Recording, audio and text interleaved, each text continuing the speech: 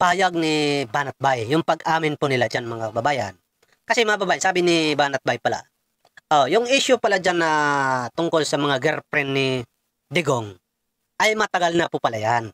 Matagal na po pala yan, awayan na yan, na mga girlfriend ni Digong, matagal na sila nag-away-away dyan, dahil nga sa tinatawagan nila na parang mana, di ba? Kahit alam naman nila mga babae na mahina na si Digong, di ba?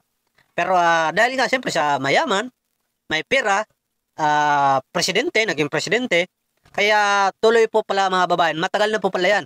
Mayor pa raw dyan si Digong, ay hanggang sa naging presidente siya, ay yung balita na yan na awayan ng girlfriend, nangyayari na.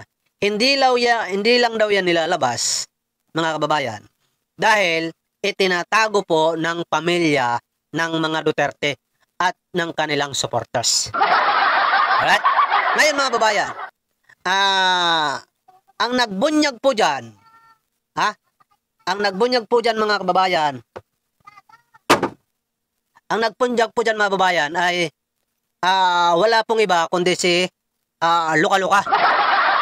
Itong si Luka-Luka mga babayan ay maliwanag po na siya po ang naglabas niyan, na tinatago po nila yan matagal na pala.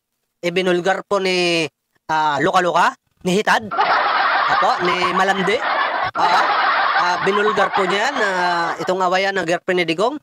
Pinag-aawayan nila yung mana, tapos nilabas nila yung mga bitlog ni Digong. Right mga babayan? Yan po ang pag-amin dito ni Banat-Bay. Kasi kaya pala daw yan tinatago na issue na yan.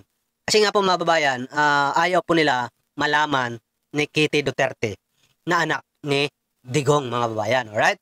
Para po sa akin, wala namang problema dyan sa girlfriend ni Digong. Dahil yung asawa ni Digong na nanay ni Sara Duterte ay hiwalay na. Kaya single na po si Digong mga babayan, nakapag-annul na sila. Diba? Kaya single na po si Digong. Kaya yung ibang mga girlfriend, kasama na nga dyan si Hanelet, ay yan po ang nag-aagaw-agawan mga babayan. Sila Girlie.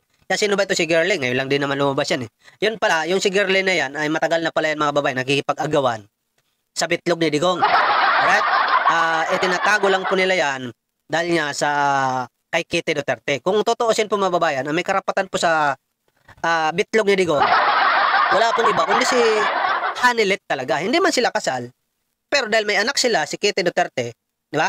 Kaya may karapatan talaga itong si Hanelet kahit hindi sila kasal. Sa pamamagitan lang ng anak niya. Di ba? Yun lang anak niya mga babayan. Alright. Yan pong pag-amin ni Digong, kaya ni Banat-Bay. Kaya ito si Banat-Bay ay galit na galit dito kay Luka-Luka. Alright? Para mag-aalaman tayo mga babayan, yung itong berada ni Banat-Bay kay Maharlika.